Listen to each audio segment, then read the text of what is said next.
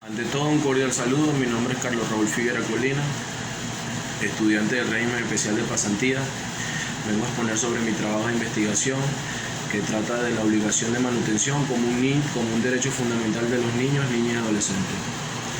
Actualmente, Venezuela es uno de los países de Latinoamérica que se preocupa por garantizar los derechos de los niños, niñas y adolescentes. A partir del año 2007, crea la Ley Orgánica para la Protección del Niño, Niña y Adolescente, LOPNA, que se encarga de proteger los derechos de los niños, niñas y adolescentes, tomando en cuenta no solo sus derechos individuales, familiares, sociales, su educación, su hogar, su crecimiento, su desarrollo, su entretenimiento y su formación, sino que también tiene en cuenta las obligaciones de los padres, representantes, tutores y familiares con respecto a su cuidado y protección. Uno de los incumplimientos más comunes de las obligaciones de los progenitores con sus hijos es el de manutención, el cual no abarca solo la alimentación, sino todo lo concerniente a las necesidades básicas, económicas, educativas y de salud que pueda tener un niño, niña o adolescente hasta que cumpla la mayoría de edad.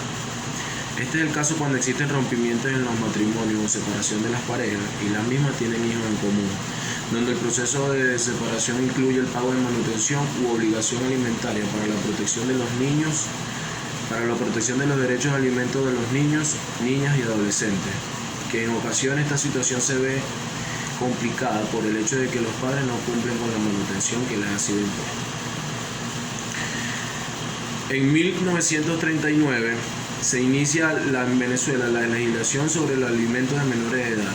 con la promulgación del Código de Menores el 1 de enero de ese año, derogado el 30 de diciembre de 1949 por el Estatuto de Menores, que fue el primer intento serio hecho en Venezuela en cuanto a la protección de los menores de edad. En el Código Civil promulgado en 1942 se incluyen normas para regular el derecho de alimentos, no solamente para niños, niñas y adolescentes, sino también para mayores de edad. En la reforma de 1982, sin modificación, mientras tanto en 1959 se pone en vigencia la ley sobre el delito de violación de los derechos de alimento del menor, que como su nombre lo indica, se considera delito negar o lesionar de alguna forma los derechos alimentarios del niño y del adolescente. En cuanto al Código Civil vigente, publicado el 26 de julio de 1982, cuya reforma fue hecha especialmente en la rama del derecho de familia, concebida bajo los principios de igualdad de los componentes de la institución familiar, en donde se introducen novedosas disposiciones en su artículo 191, donde se establece que admitida la demanda de divorcio o de separación de cuerpos y de bienes, el juez podrá dictar provisionalmente algunas medidas para la protección de los menores, como el alimento a los hijos y en todo caso asegurar el pago de la pensión alimentaria. Dichas disposiciones posteriormente fueron sustituidas por la Ley Orgánica de Protección del Niño del año 2008. Por otra parte, el Código Civil vigente se incorpora una normativa sistemática y coherente que regula la prestación alimentaria o manutención, cuyas normas rectoras ha derivado la creación de leyes especiales como la Ley Orgánica de Protección del Niño y del Adolescente. Asimismo, la Constitución de la República Bolivariana de Venezuela actualmente contempla disposiciones especiales en materia alimentaria o manutención establecida en una serie de artículos, los cuales destacan los artículos 75 y 78, así como también en cuanto a la obligación alimentaria debida a niños y adolescentes. La LOMNA es clara y precisa cuando señala en su artículo 365 que la obligación de manutención comprende todo lo relativo al sustento, vestido, habitación, educación, cultura, asistencia y atención médica, recreación y deporte requeridas por un niño, niña o adolescente. Es así como en Venezuela, al igual que en otros países del mundo, ratifica la Convención Internacional de los Derechos del Niño, haciéndose parte de ese proceso de armonización en materia legislativa. En 1959, la Ley sobre el delito de la violación de los derechos del niño de los derechos del menor fue promulgada y publicada. La misma establece en su artículo número 1 la penalización que deberá aplicarse a las personas obligadas que incumplen con la obligación alimentaria, sin causa justificada por 30 días consecutivos, y su pena consistirá en una prisión de 5 a 10 meses o multas de 5 a 50.000 bolívares. En 1998, la Ley Orgánica para la Protección del Niño y del Adolescente fue promulgada y publicada. Su vigencia fue para el año 2000, modificada para el año 2007, la cual pasó a llamarse Ley Orgánica para la Protección de los Niños, Niñas y Adolescentes. En su artículo 365 define y pormenoriza la obligación alimentaria señalando lo siguiente: todo lo relativo al sustento, vestido, habitación, educación, cultura, asistencia y atención médica, medicina, recreación y deporte requeridos por el niño, niña y adolescente, y en los artículos 366 al 384 todo en cuanto se refiere a la subsistencia, establecimiento, personas obligadas, determinación, forma de cumplimiento de dicha obligación, entre otros. Mientras que lo referente al procedimiento por su puesta en vigencia y fase sucesiva de este procedimiento, el cual el contenido en los artículos 511 al 522. De acuerdo a lo citado, en 1998, esta ley fue sancionada y promulgada con el objeto de poner en vigencia el territorio de la República los postulados contenidos en la Convención Internacional sobre los Derechos del Niño, suscrita en Venezuela. Resulta oportuno acotar que la ley aprobatoria de la Convención sobre los Derechos del Niño tuvo objeto de cumplimiento obligatorio en todo el territorio de la República. La Convención sobre los Derechos del Niño, aprobada por la Asamblea General de las Naciones Unidas en 1989 y suscrita por Venezuela en 1990. El decreto ratificando la Convención contiene 3 artículos interpretativos. Numeral 1085. Asimismo, fue suscrito por el presidente de la República de Venezuela en este mismo periodo. De lo antes mencionado se puede resaltar que desde la creación del ordenamiento jurídico de la sociedad, tales como las leyes de Burgos que organizaba social y laboralmente al indígena, contemplaba la figura del régimen de alimentos, así como en el año 1939 con la promulgación del Código de Menores. 1942, la promulgación del Código Civil. Se introduce la figura de los alimentos en el año 1512. De igual forma, las instituciones romanas regidas por el pater familia y el responsable en cuidar la estructura de la familia, y así sucesivamente hasta llegar al año 1959, cuando se pone de manifiesto la ley sobre el delito de la violación de los derechos alimentarios del menor y la actualidad contemplada en nuestra Carta Magna como un derecho social, desarrollándose en este mandato constitucional en la Ley Especial LOMNA, que rige todo lo relacionado en materia de manutención de niños, niñas y adolescentes, de donde se concluye la importancia que se le ha dado al derecho de alimento de los niños, niñas y adolescentes en todas las etapas de la sociedad. La obligación alimentaria no presupone de la de trabajar, pues no existe en Venezuela ninguna disposición legal que imponga el trabajo obligatorio, por lo que el obligado que voluntariamente no trabaje o deje de hacerlo para eludir el cumplimiento de la obligación alimentaria podrá ser reo de sanciones legales o de otra índole, pero nunca compelido forzosamente a trabajar en el mismo orden de ideas. La LOMNA, en su artículo 369, dice: para la determinación de la obligación de manutención, el juez o jueza debe tomar en cuenta la necesidad e interés del niño, niña, adolescente que la requiera, la capacidad económica del obligado u obligada, el principio de la unidad de la afiliación, la equidad de género en las relaciones y el reconocimiento del trabajo en el hogar que genera valor agregado y produce riqueza y bienestar social. De la misma manera, en el artículo 379 de la misma ley señala que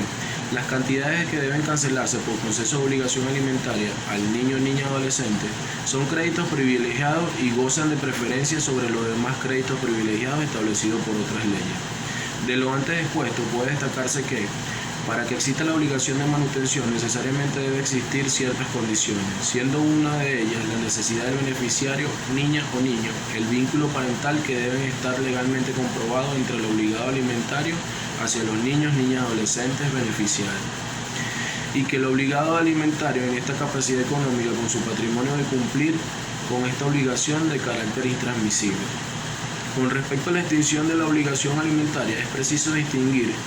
la extinción por la pérdida del derecho y la extinción por cesación de los supuestos necesarios para su existencia.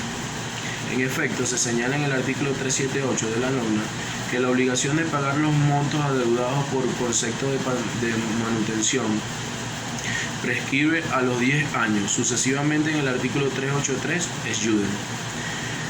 Se establecen los supuestos legales para la extinción de la obligación, los cuales son los siguientes: por muerte del obligado u obligada o del niño, niña o adolescente, beneficiario o beneficiaria de la misma;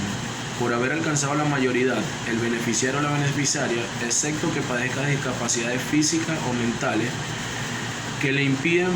proveer su propio sustento cuando se encuentra cursando estudios que por su naturaleza le impidan realizar trabajos remunerados, caso en el cual la obligación puede extinguirse a los 25 años de edad, previa aprobación judicial. El artículo 454 de la norma establece que el procedimiento ordinario se desarrollará en dos audiencias, la preliminar y la audiencia de juicio. La audiencia preliminar se desarrollará en dos fases.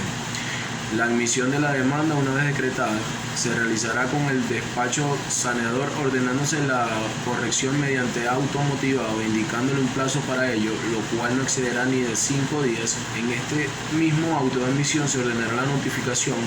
que puede ser por boleta electrónica, por fijación de cartel y por correo de la parte demandada, a fin de que comparezca dentro de los 10 días siguientes ante que conste en auto admisible. El Tribunal de Protección fijará mediante auto el día y la hora para que tenga lugar la audiencia preliminar dentro de un plazo no menor ni de 5 ni mayor de 10 días. Dentro de los poderes del juez o jueza de protección podrá, a solicitud de parte de oficio, dictar diligencias preliminares, medidas preventivas y decretos de sustanciación que no hubieran sido objeto de pronunciamiento en el auto de admisión y que fueron necesarios para garantizar derechos a los sujetos al proceso, a fin de garantizar la más pronta y eficaz preparación en las actuaciones que sean necesarias para poder proceder la audiencia de juicio. El artículo 465 escudo. Ahora bien, dentro de la fase de mediación, la audiencia es privada y debe darse con la asistencia obligatoria de las partes o su apoderado, teniendo presente que cuando se trate de procedimientos relativos a la obligación de manutención, entre otros, será la obligación presencial de las partes. En esto no podrá asistir sus apoderados o sus abogados. En esta fase, el juez debe explicar a las partes qué consiste en la mediación y la finalidad y conveniencia. Este puede concluir con un acuerdo total o parcial que será homologado por el juez. En caso del acuerdo total entre las partes, se pone a fin del proceso. Si la parte demandada no comparece sin causa justificada a la fase preliminar, se presupone como cierto salvo de prueba en contrario a los hechos alegados por la demandante,